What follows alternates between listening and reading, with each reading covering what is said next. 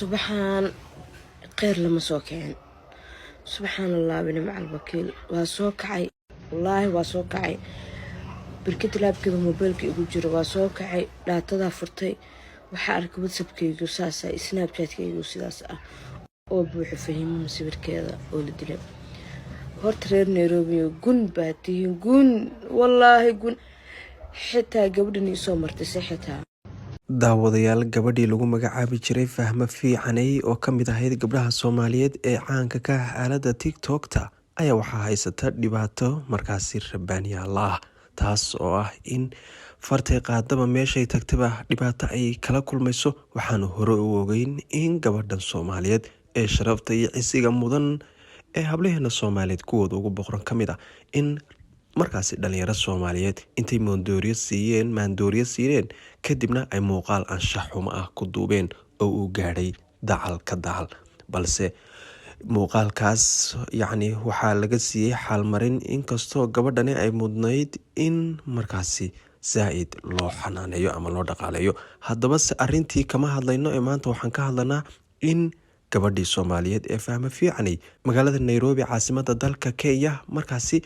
ay ku dileen gabdho kale oo Soomaaliyeed kuwaas oo mission u maleegay kadibna gabadhii wajigeedii sidan u galay waxaa la sheegay in markaasi dad lagu sheegay inay yihiin dadka Kenyaatiga Soomaaliga ah ee lagu magacaabo sujuuga inay gabadhan ka dhex arkeen ama naceen kadibna ay sidan u galeen haddaba daawadayaal gabadhan ayaa waxaa la isugu daray jirdil iyo sidoo kale wax kasta oo lagu sameyn karayay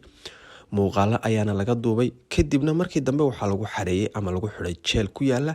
magaalada Nairobi caasimadda dalka Kenya arrintan si weyn ay baraha bulshada u qabsatay saacadihii ugu dambeeyay oo waxaaba ka hadlaysay gabadha lagu magacaabo Shaadiye Sharaf oo sheegtay in intay dadka Soomaaliyeed markay joogaan wadamo shisheeye intay iskaashan lahaayeen ama is-ilaashan lahaayeen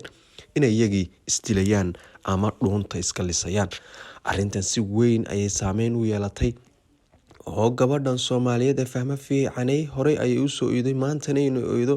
dadyo fara badan ayaa leh xaq ma aha oo waanu ka xunahay aniga qudhaydu markaan arkay gabadhan oo wajigeeda bedelan yahay aad iyo aad baan uga naxay waxaana rajaynayaa ciddii muuqaalkan daawata inay markaasi Fahma Fiicanay cadaalad la raadiso maadaama ay Kenya dadyo fara badan oo Soomaaliyeed ay igaga xiran yihiin haddaba gabadhan Soomaaliyeed waxaa la sheegay dhibaatada ugu weyn inay tahay gabdho Soomaaliyeed oo ismaagay in kadibna ay Fahma shirqooleen sidaas daraadeedna ay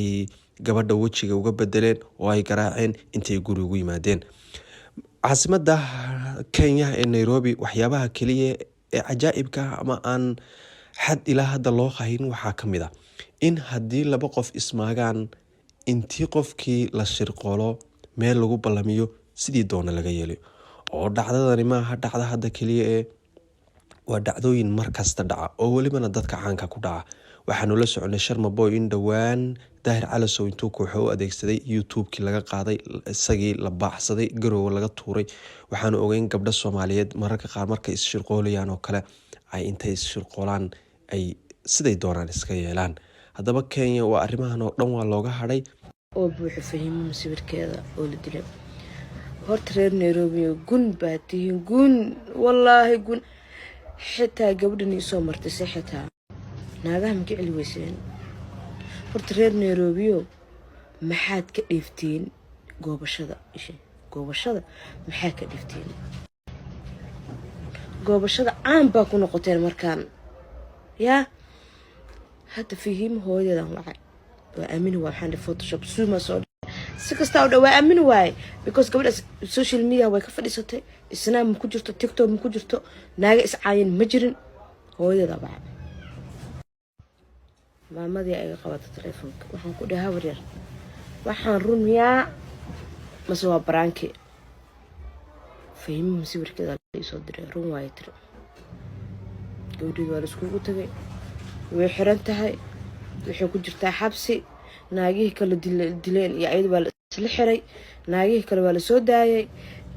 gabadheedii bisan meesha ku hartay bal ilaah baa idin ku daariye wax maskaxda galay miya yaa dilan ku dhahay dad yaqaan ma dilo maamada xoogaa suufi waxay tiri abgaal iyo shiiqaal iyo ogaadeena dileen gabadheeda aa ku goobteen wejiga saas ugu galay islaanima miyaasaa marka ilaah baa idinku dhaariyay gabdho waa wadanahay weji waa nagu wada yaalaahay adduunkana wejigeena u jecelnahna saa mana qabataa